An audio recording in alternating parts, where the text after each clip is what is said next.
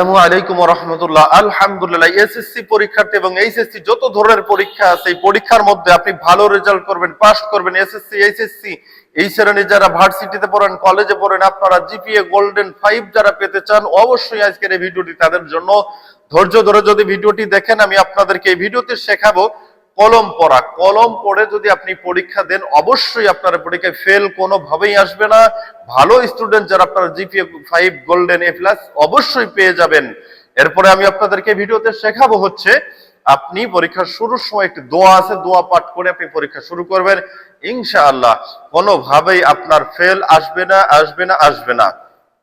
প্রিয় দিনী ভাই বোনেরা, আমরা যারা পড়ালেখা করি, আমরা মনের মধ্যে অনেক রকম আশা রাখি যে আমি এসএসসি তে জিপিএ গোল্ডেন 5 পাবো, অথবা এ প্লাস পাবো, অথবা এ পাবো, অথবা এ মাইনাস পাবো, অথবা বি প্লাস পাবো। এইরকম আমাদের অনেকেরই স্টুডেন্ট হিসেবে অনেকের অনেক রকম চিন্তা ভাবনা থাকে। আমরা অনেকেই, বেশিরভাগই সবাই চিন্তা করি যদি জিপিএ 5 পেতাম। এই জিপিএ 5 পেলে কি হবে, আপনি জিপিএ 5 পাওয়ার পরে ইন্টারে ভালো একটা কলেজে আপনি অ্যাডমিশন নিতে পারবেন। অ্যাডমিশন নিয়ে ওখানে যদি আল্লাহর রহমতে চান্স হয়ে যায়, আপনি সেখান থেকে এইচএসসি পাস করবেন, ইন্টার পাস করবেন, আইএ পাস করবেন। পাস করার পরে আপনি ডক্টরি পড়তে পারবেন, আপনি ইঞ্জিনিয়ারিং পড়তে পারবেন। অনেকগুলো রাস্তা আপনার জন্য খুলে যাবে যদি আপনার রেজাল্ট ভালো থাকে। প্রিয় দিনী ভাই ও বোনেরা, যারা মা বাবা আছেন, গার্জিয়ানরা আছেন, ভিডিওটি যদি কোনো গার্জিয়ানের সামনে যায়, অবশ্যই ভিডিওটি মনোযোগ সহকারে দেখবেন। এই কলম পড়ার জন্য আপনারা অনেক হুজুর বাড়ি, কবিরাজ বাড়ি আপনারা দৌড়ান। পরীক্ষা আসলে যে হুজুর আমার ছেলে বা আমার মেয়ের জন্য দোয়া করবেন, এই যে কলম নিয়ে আসছি, কলমটা একটু পড়ে দেন, আমার ছেলে মেয়ে যেন পরীক্ষায় ভালো রেজাল্ট করতে পারে। শুনেছি কলম পড়া দিলে নাকি ফেল আসে না, ভালো রেজাল্ট আসে। হুজুর আমার মেয়ের জন্য বা আমার ছেলের জন্য কলম পড়াটি দিয়ে দেন। আপনারা কিন্তু এইভাবে করে আপনারা অনেক হুজুর কবিরাজের কাছে যান আপনার এটা পড়ার জন্য। আজকের এই ভিডিওটি যদি পরিপূর্ণভাবে আপনি দেখেন মনোযোগ সহকারে, তাহলে অবশ্যই এই কলম পড়াটি ইজিলি আপনি শিখে যেতে পারবেন। আমি একেবারে সুন্দর করে বুঝিয়ে দেব কিভাবে কলম পড়তে হয়, ভেঙে ভেঙে সুন্দর করে বলবো। অবশ্যই আপনি এই কলম পড়াটি ইজিভাবে শিখতে পারবেন এবং আপনি আপনার সন্তানের কলম পড়া নিজেই পড়ে দিতে পারবেন, এবং প্রতিবেশী কেউ যদি পরীক্ষা দেয় তাকেও আপনি কলম পড়ে দিতে পারবেন। কোনো হুজুরের কাছে আর আপনাকে যেতে হবে না।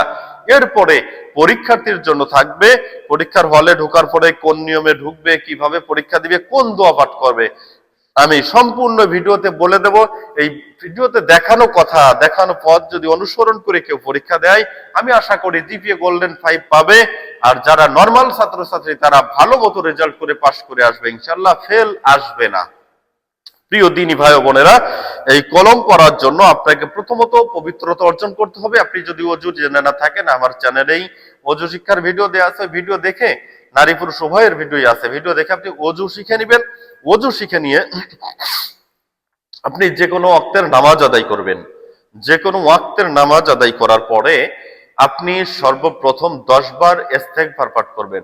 আস্তাগফিরুল্লাহ, আস্তাগফিরুল্লাহ, আস্তাগফিরুল্লাহ 10 বার পাঠ করবেন। এরপরে দরুদ শরীফ পাঠ করবেন 10 বার।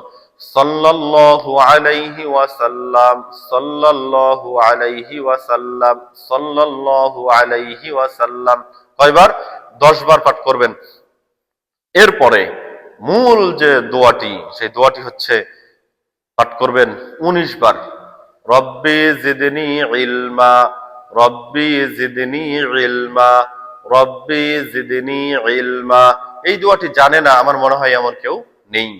রব্বি জিদনি ইলমা এটি পাঠ করার পরে আবার আপনি কি করবেন? 10 বার দরুদ শরীফ পড়বেন। সাল্লাল্লাহু আলাইহি ওয়াসাল্লাম, সাল্লাল্লাহু আলাইহি ওয়াসাল্লাম 10 বার পাঠ করা শেষ। এরপরে কলমগুলোতে ফু দিবেন এইভাবে।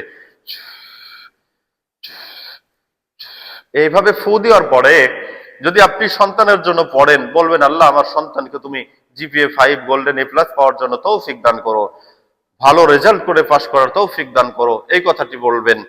আর যদি পরীক্ষার্থী নিজেই পাশ পড়ো, তাহলে তুমি বলবে আল্লাহ তোমার কোরআনের আয়াত দিয়ে, দোয়া দিয়ে, আল্লাহ কলমটি পড়েছি, পরীক্ষা দিব, রব্বুল আলামিন তুমি আমাকে কবুল করে নাও, আমাকে জিপিএ 5 গোল্ডেন এ প্লাস পাওয়ার জন্য তৌফিক দান করো। এইভাবে করে কলমগুলো রেখে দিবা। কলম একসঙ্গে 12টা কলম পড়বা। কলম কয়টি পড়তে হবে? 12টি কলম একসাথে করে পড়তে হবে। প্রতিদিন নতুন নতুন কলম দিয়ে পরীক্ষা দিতে বা সাথে 2-3টা সাপোর্টের জন্য নিয়ে যাবে। প্রতিদিন নতুন নতুন কলম দিয়ে পরীক্ষা দিতে হবে। আজকে যেটা দিয়ে পরীক্ষা দিবে কালকে ওইটার ব্যবহার করবা না। ঠিক আছে? এভাবে মনে রেখে এভাবে করে সুন্দর মতো পরীক্ষা দাও। তোমাদের জন্য দোয়া থাকবে, তোমরা যেন ভালো রেজাল্ট করতে পারো। এরপরে আসে শিক্ষার্থী তোমার জন্য, তুমি পরীক্ষার হলে যাওয়ার আগে বাড়ি থেকে ওযু করে পবিত্রতা অর্জন করে মা বাবার কাছ থেকে দোয়া নিয়ে যাবে। দোয়া নিয়ে যাবে। এরপরে পরীক্ষার হলে ঢুকাবে, বিসমিল্লাহ বলে ঢুকবে, প্রবেশ করবে পরীক্ষার হলে। তোমার কাছে যখন পরীক্ষার খাতা আসবে, খাতা আসার আগে তো 2-4 মিনিট সময় পাবে, তখন মনে মনে দুরূদ শরীফ পাঠ করবে। যদি নামাজের দুরূদটা জানো তাহলে দুরূদ শরীফ পড়বে, না হলে সাল্লাল্লাহু আলাইহি সাল্লাম এই দুরূদ শরীফটিও তুমি পড়তে পারো। এরপরে তুমি খাতা পাওয়ার পরে খাতায় তুমি ওএমআরে কিছু লেখার আগে তুমি বিসমিল্লাহ পড়বে, দুরূদ শরীফ পড়বে 3 বার। এরপর তোমার কোডগুলো ভরাট করবে, অর্থাৎ তোমার রোল নাম্বার, রেজিস্ট্রেশন নাম্বার খুব সুন্দর করে ধীর স্থিরভাবে পরিপূর্ণভাবে ফিল আপ করে দিবে। এরপর যখন তোমার কাছে প্রশ্নপত্র আসবে, প্রশ্নপত্র হাতে পেয়েই পড়বে না, আগে দরুদ শরীফ পড়বে 3 বার, সাল্লাল্লাহু আলাইহি সাল্লাম 3 বার পাঠ করে বিসমিল্লাহ বলে সম্পূর্ণ প্রশ্নপত্র পড়বে। পড়ার পরে যেই প্রশ্নটি সবচেয়ে বেশি কমন, ওই কমন প্রশ্নের অ্যান্সার করার জন্য, উত্তর দেওয়ার জন্য তুমি প্রথমত ডান হাতের শাহাদাত আঙ্গুলি দিয়ে তোমার খাতার উপরে আফুদু আমরি ইলাল্লাহ এই শব্দটি তুমি খাতার উপরে লিখবে, হাতের আঙ্গুলের ইশারায় একবার লিখবে। বাংলায়ও লিখতে পারো, আরবিতেও লিখতে পারো। আমি এই স্ক্রিনে দোয়াটি দিয়ে দেবো ইনশাআল্লাহ। এরপরে তুমি আফুদু আমরি ইলাল্লাহ 3 বার মনে মনে পাঠ করে বিসমিল্লাহির রহমানির রহিম বলে প্রথম প্রশ্নের উত্তর দেওয়া শুরু করবে। ধীর স্থিরভাবে সুন্দর করে পরীক্ষা দিবে। আশা করি তোমার জিপিএ 5 গোল্ডেন এ প্লাস আসবে, আসবে, আসবেই। আর নরমাল দুর্বল ছাত্র যারা ফেল করা নিয়ে চিন্তায় আছো, তোমরা অবশ্যই পাশ করে আসবে, তোমরা ফেল করবে না। আল্লাহর সাহায্য তোমার কাছে আসবে। ভিডিওটি করার দরকার ছিল গতকালকেই, আমি বিভিন্ন ব্যস্ততার কারণে পারিনি, যেহেতু দেরি করে দিয়েছি। একটি সাবজেক্ট অলরেডি চলে যাচ্ছে। তোমরা যারা একটি সাবজেক্ট যারা আজকে পরীক্ষা দেওয়ার পর চিন্তিত থাকবে, তারা তোমরা আমার এই ভিডিওর কমেন্টসে এসে তোমার রোল নাম্বারটি এবং তোমার নামটি দিয়ে যাবে।